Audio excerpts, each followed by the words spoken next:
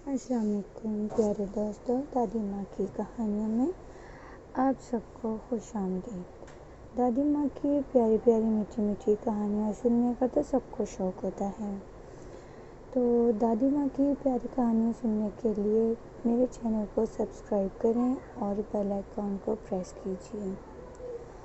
آج جو میں آپ کو کہانی سنانے جا رہی ہوں وہ ہے 3 پریوں کی اور ایک کاہل لڑکی کی۔ ایک گاؤں میں ایک ماں اور اس کی بیٹی رہا کرتے تھے، جو کہ بہت ہی غریب تھے۔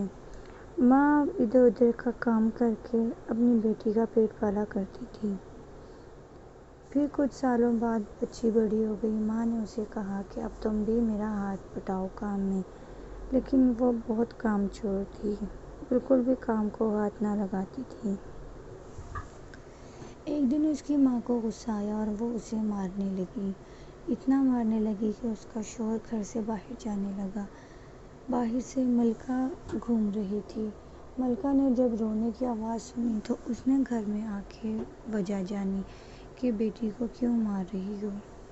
اس پہ بوڑھی ماں نے کہا کہ اگر میں نے اس کو سچ بتا دیا کہ میری بیٹی کاہل ہے، کام چور ہے، تو اس میں تو میری ہی بدنامی ہے۔ اس لیے اس نے اپنی عزت بچاتے ہوئے کہا کہ یہ جب دیکھو چرخہ کاٹتی رہتی ہے۔ میں تو غریب ہوں، میرے پاس اتنا ریشم بھی نہیں جو میں اسے لا کے دوں اور یہ کام کر سکے۔ یہ مجھے تنگ کرتی ہے کہ مجھے ریشم لا کے دیں، میں اپنا کام کروں۔ اس پہ ملکہ نے کہا کہ کوئی مسئلہ نہیں ہے، مجھے تو چرخہ کاٹنے کی آواز بھی بہت پسند ہے اور میرے محل میں تو ریشم بھی بہت ہے۔ آپ اسے میرے ساتھ بھیج دیں، میں اسے لے جاتی ہوں اور آپ کو اس کی کوئی ٹینشن نہیں ہوگی، اس کو ریشم بھی میں لے دوں گی۔ اس پہ اس کی ماں نے سوچا ویسے ہی کام چور ہے، چلو اچھا ہی ہوا، اسے میں ملکہ کے ساتھ ہی بھیج دیتی ہوں۔ پھر ملکہ کے ساتھ اپنی بیٹی کو بوڑھی ماں نے روانہ کر دیا۔ ملکہ اسے اپنے محل میں لے کے آئی اور لا کے اس نے ایک کمرہ دکھایا جس میں ریشم زمین سے لے کے چھت تک پورا فل تھا۔ ایسے ہی اس نے بتایا کہ 3 کمرے اور ہیں، جب تم ان تینوں کمروں کا ریشم کاٹ دو گی تو میں تمہاری شادی اپنے بیٹے سے کروا دوں گی، کیونکہ دل ہی دل میں ملکہ اسے بہت پسند کرنے لگی تھی کہ یہ تو بہت محنتی ہے اور جیسا میں چاہتی ہوں یہ ویسی ہی بہو ملے گی مجھے۔ اب ملکہ یہ کہہ کے چلی گئی اور کہا کہ میں 3 دن بعد آؤں گی اور میں دیکھوں گی تم نے کتنا کام کیا ہے۔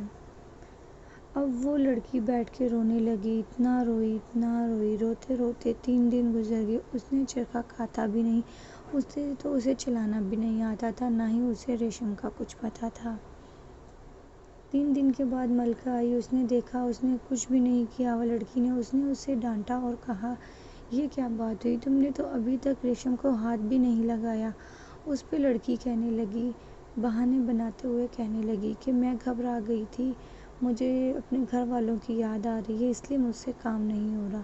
اس پہ ملکہ نے غصے سے تھوڑا کہا کہ نہیں، اب تم یہ چرخہ کاٹو گی، یہ ریشم بناؤ گی، کیونکہ تمہیں کام کا بہت شوق ہے اور اب تمہیں یہ کام کرنا ہے۔ جب تم یہ ختم کر لو گی تو میں تمہیں تمہارے گھر والوں سے بھی ملوا دوں گی۔ یہ کہہ کے ملکہ وہاں سے چلی گئی۔ اب وہ لڑکی پھر سے رونے لگی، اتنی پریشان حالت میں وہ الماری کے پاس گئی، ونڈو سے نیچے دیکھنے لگی تو وہاں پہ 3 بدصورت عورتیں کھڑی تھیں۔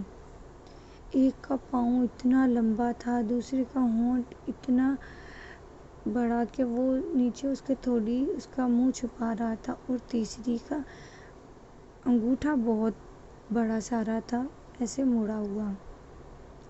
وہ ایک دم سے انہیں دیکھ کے گھبرا گئی اور وہ تینوں عورتیں بھی اوپر اسی کو دیکھ رہی تھیں۔ انہوں نے اس سے پوچھا تم کیوں رو رہی ہو؟ اس کے رونے کی وجہ اس سے پوچھی۔ اس پہ اس نے اپنا سارا ماجرا بتایا کہ مجھے تو کچھ بھی نہیں آتا اور ملکہ نے مجھے کہا ہے جب میں یہ تینوں کمروں کا ریشم کاٹ دوں گی تو وہ میری شادی اپنے بیٹے سے کروائے گی۔ اس پہ ان 3 بدصورت عورتوں نے کہا کہ ہماری ایک خواہش ہے، اگر تم وہ پوری کرو گی تو ہم تمہارا کام کر دیں گے، تمہیں اس مصیبت سے، اس پریشانی سے نکال دیں گے۔ اس پہ لڑکی نے کہا ہاں آپ مجھے جو بھی شرط کہو گے مجھے منظور ہے۔ اتنا کہنا ہی تھا کہ اس نے ان تینوں کو اوپر بلا لیا اور ان سے ان کی شرط کے بارے میں پوچھا۔ اس میں ان تینوں نے کہا کہ ہماری شرط یہ ہے کہ جب تمہاری یہ سارا ریشم ہم کاٹ دیں گے، لیکن جب تمہاری شادی ہوگی تو تم ہمیں اپنی شادی میں بلاؤ گی اور ہمیں اپنی شادی میں بلاتے ہوئے تمہیں کوئی شرمندگی محسوس نہیں ہوگی۔ تم ہمیں اپنے کزن کے نام سے بلاؤ گی اور ہمیں مہمانوں کے ساتھ نہیں، جس ٹیبل پہ تم بیٹھ کے کھانا کھاؤ گی اسی ٹیبل پہ ہمیں بھی کھانا کھلاؤ گی۔ اگر تمہیں ہماری یہ شرط منظور ہے تو ہم تمہاری مدد کرنے کے لیے تیار ہیں۔ لڑکی جو اس ٹائم بہت پریشان تھی اس نے کہا ٹھیک ہے، مجھے تمہاری ساری شرطیں منظور ہیں۔ اس پہ وہ تینوں اپنا کام شروع کرنے لگی، چرخہ کاٹنے لگی۔ وہ تینوں تو بڑی مہارت سے کام کرنے لگی۔ بڑے پاؤں والی پاؤں میں ریشم ڈالتی اور جو ہے اسے کھینچنا شروع کرتی۔ دوسری بڑے ہونٹوں والی اسے تھوک سے گیلا کرتی اور اسے ٹیبل سے گزارتی، اور جو تیسری بڑے انگوٹھے والی تھی وہ انگوٹھے سے ریشم کو کھینچتی اور مروڑ کے ٹیبل سے اس کے گچھے بناتی۔ تینوں بڑی مہارت سے کام کرتی رہیں اور جلد ہی ایک کمرے کا انہوں نے ریشم کاٹ دیا۔ ملکہ آئی، اس نے دیکھا کہ اتنی مہارت سے اتنا صاف ستھرا ریشم کاٹا ہوا ہے، وہ بہت خوش ہوئی اور اسے کہا کہ چلو اب باقی 2 کمروں کے بھی کر دو۔ ایسے ہی کرتے کرتے ایک ہی دن میں ان بدصورت عورتوں نے 3 کمروں کے ریشم کاٹ دیے۔ اب اپنی بات کے تحت جیسا کہ ملکہ نے کہا تھا میں تمہاری شادی اپنے بیٹوں سے کرواؤں گی، اس نے لڑکی کو کہا کہ ٹھیک ہے کل تمہاری شادی ہے میرے بیٹے سے۔ جب اس نے اپنے بیٹے کو بتایا تو بیٹا بھی بہت خوش ہوا، کیونکہ اسے بھی بڑی خوشی ہوئی کہ اسے ایسی سگھڑ سلیقہ مند بیوی مل رہی تھی۔ لیکن لڑکی نے کہا کہ میری ایک شرط ہے، میں شادی میں اپنی 3 کزنوں کو بلاؤں گی اور انہیں کھانا بھی اپنی ٹیبل پہ کھلاؤں گی۔ اس پہ ملکہ اور اس کے بیٹے کو کوئی اعتراض نہ ہوا۔ انہوں نے کہا ٹھیک ہے ہمیں منظور ہے۔ سیم ایسا ہی ہوا۔ جب اگلے دن اس کی شادی تھی اس نے ان تینوں کو بلایا۔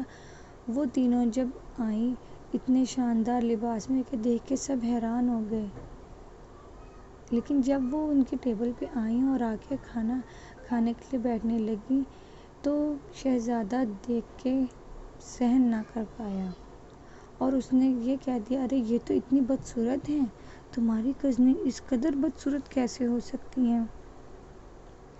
پھر اس نے ان کا بہت مذاق اڑایا۔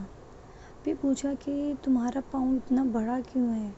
اس پہ اس نے کہا کہ میں ریشم کاٹتے ہوئے اپنے پاؤں میں ریشم پکڑ کے کھینچتی ہوں، اس لیے میرا پاؤں لمبا ہے۔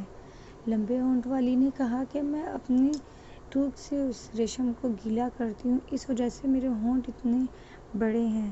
اور ٹیڑھے انگوٹھے والی نے کہا کہ میں مروڑ کے اس کو گچھے بناتی ہوں، اس وجہ سے میرا انگوٹھا اتنا بڑا اور ٹیڑھا ہے۔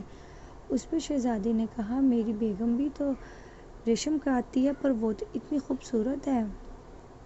اس پہ ان تینوں بدصورت عورتوں نے کہا کہ وہ تو اب کاٹنے لگی ہے، ہم تو شروع سے یہ کام کرتے ہیں، اگر وہ بھی ایسے ہی یہ کام کرتی رہی تو وہ بھی بہت جلد بدصورت ہو جائے گی۔ اس پہ شہزادے نے کہا نہیں مجھے بدصورت بیوی نہیں چاہیے، اس لیے آج سے یہ ریشم کاٹنے کا کام تمہارا ہے، اب تم تینوں اسی محل میں رہو گی اور ہمارے محل کا ریشم کاٹو گی۔